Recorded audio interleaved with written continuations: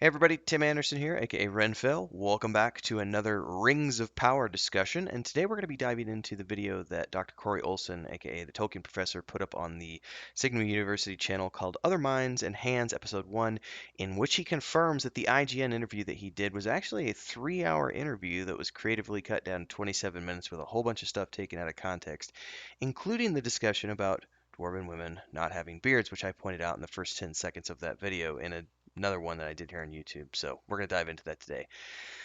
But before we get to that point, if this is your first time here, let's get all this stuff out of the way. If you like the video, make sure to smash that like button. And of course, don't forget to subscribe and hit the bell icon so that you get updates for all the future content that I do in this series and beyond. There's a lot of other stuff that I do here on YouTube, so don't forget to check out the playlists. And if you want to go above and beyond, don't forget to check out the Discord links down below. If you want to come hang out with us, play Lord of the Rings online with us, so on and so forth, and etc. All right, let's dive into this. So I've got the link up for this video, and I'm going to put it down in the description text below. I'm not going to be playing this video because I do not want to deal with copyright strikes or anything like that. So I've got some notes here. We're going to be mentioning timestamps and so on and so forth so that people can go research on their own time. This is a very long video. It's nearly 2 hours in length. I highly recommend that you take the time to watch the whole thing in its entirety. I've watched it all the way through once, and then I've gone back and dug into bits and pieces a little bit more here and there.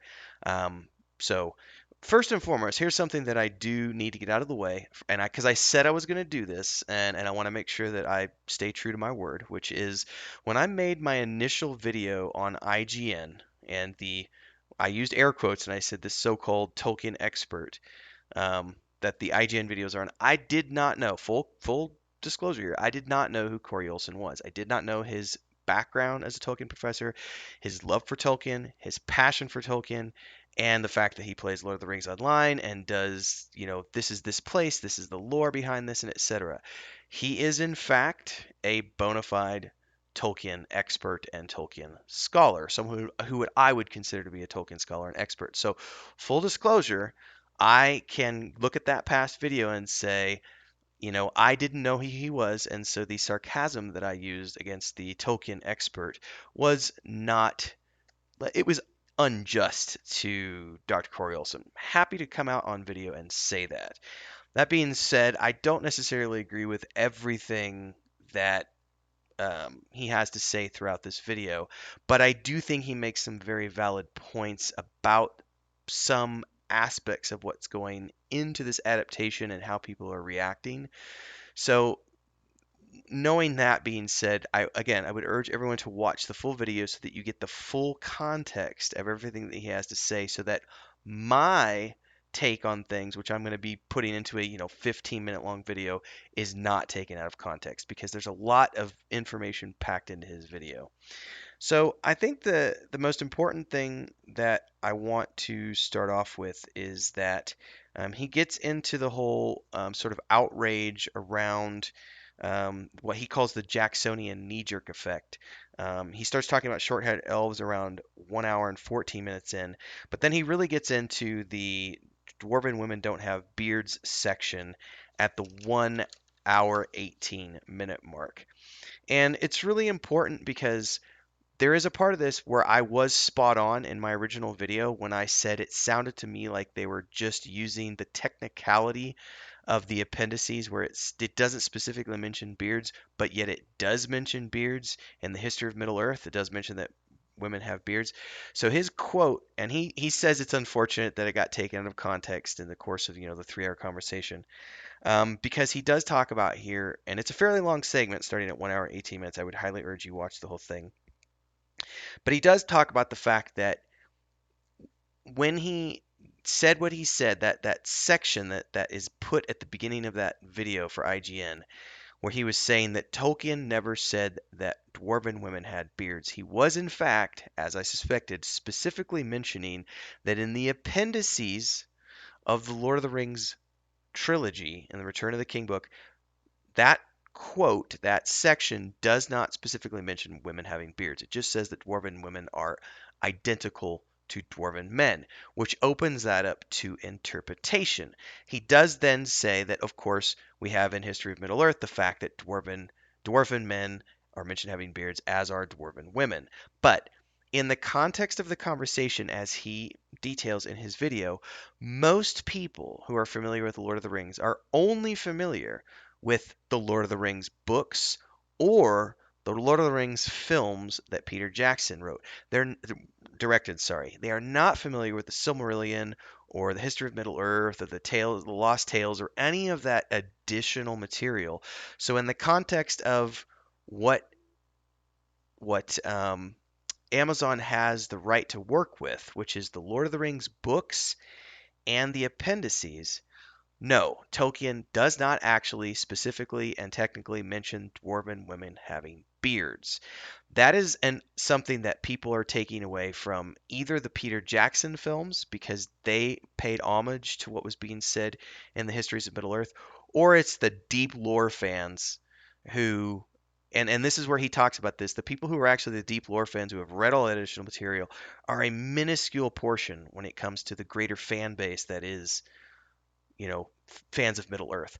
So when you think about most people, they're the people who have either just watched the films or just read the books, and they've never read anything beyond that. So they're getting the bearded women reference from the Peter Jackson films. That's all very fair.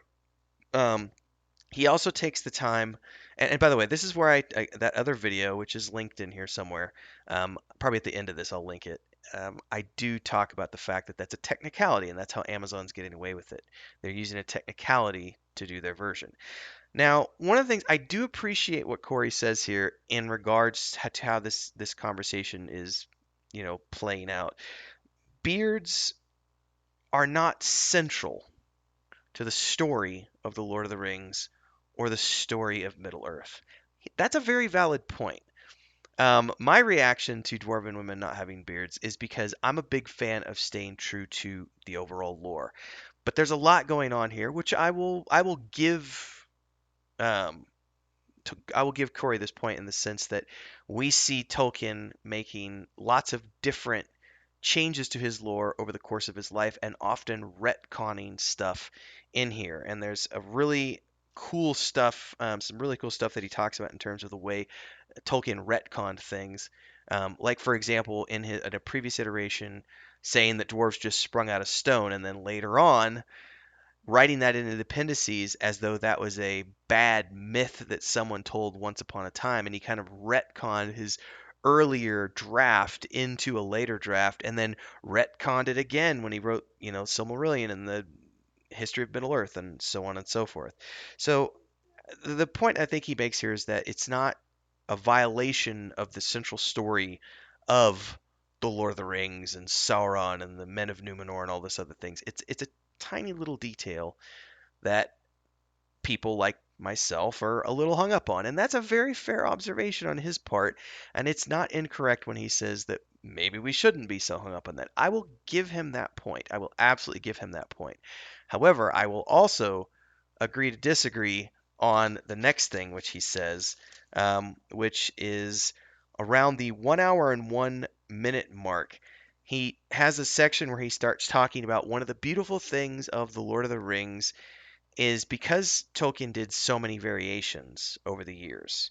It was this way here, and then it was this way here, and then it was this way here, and then it was this way here. He says you get to pick and choose which version you want to work with when you're doing an adaptation. And that's the part that I absolutely disagree on. Because here's the thing. Amazon does not have the right, they've come out and said it in the Vanity Fair piece that they do not have the rights to any material other than The Hobbit, The Lord of the Rings, and the appendices. They don't have the rights to the History of Middle-earth, the Silmarillion, or any of those other things. So in this case, I don't feel that Amazon has that right to just pick and choose what version they're adapting. They are locked in to adapting that specific body of work and what is written within that specific body of work. So going off and picking things from over here that we want to use from this version or this version, but not directly saying that they're from there, because again, we can't say that they're from there because we don't have the rights to that, but we can sort of use that. I don't necessarily agree with that. but that's my take on things. I am one man with an opinion. I am not Amazon, the company making this show. So that's the one little thing that I'm not a big fan of because I don't necessarily agree with.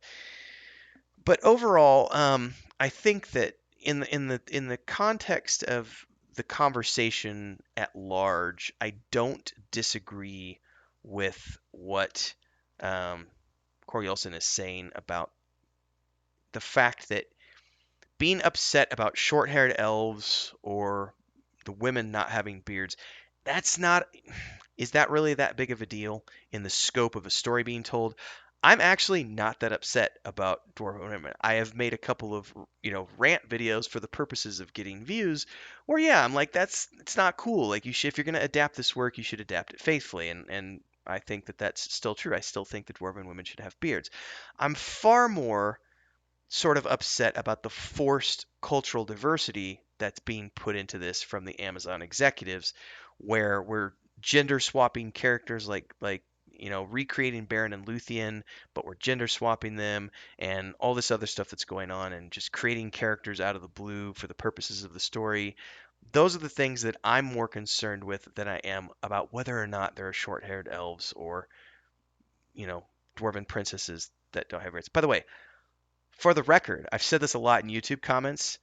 I am perfectly happy to play a dwarven princess. I've got the beard. I can wear a wig, and if dwarven women are indistinguishable from dwarven men, I can put on a pretty good dwarven accent, and I can totally play a good dwarven princess. No, I think I could pull it off. Let me know what you think. Drop your comments down in the comment section below. Let's have a discussion about this. Interestingly enough, something that I don't necessarily agree with. You'll notice that the comments are turned off over on Other Minds and Hands episode 1, the video where Corey is taking the time to explain all these things. I'm not a big fan of that. I think that if you're going to have a video where he does talk in early, he's like, I want to have a discussion. Well, you can't really have a discussion if you have the comments turned off. But I think they know it's a very sensitive topic, and Corey's taking a lot of heat right now from that IGN video. And I would like to say, people like myself who didn't understand that there was a 3-hour video that had been recorded and then creatively edited down into 27 minutes.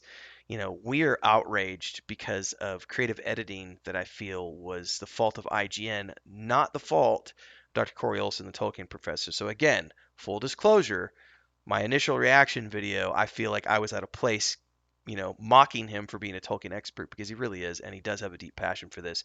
Like I said, I don't agree with him on everything, but I highly recommend that you watch the video. It's linked down below. Let me know your thoughts and comments. Smash that like button, subscribe to the channel, hit the bell icon, because I am going to be doing more discussions about Rings of Power, Tolkien, C.S. Lewis, Narnia, and so on and so forth throughout the year. So hopefully you'll stick around for all that other stuff. And don't forget, you can join the channel if you want to support. You can also support over on Patreon, where my wife and my brother and I are building this world behind me. It's called the World of the Weave and the Void. Patreon.com/Wandering Hermits. All the links are down there, including our Discord if you want to come join us in Lord of the Rings Online and beyond. Thanks, everybody. Hope you enjoyed. See you next time.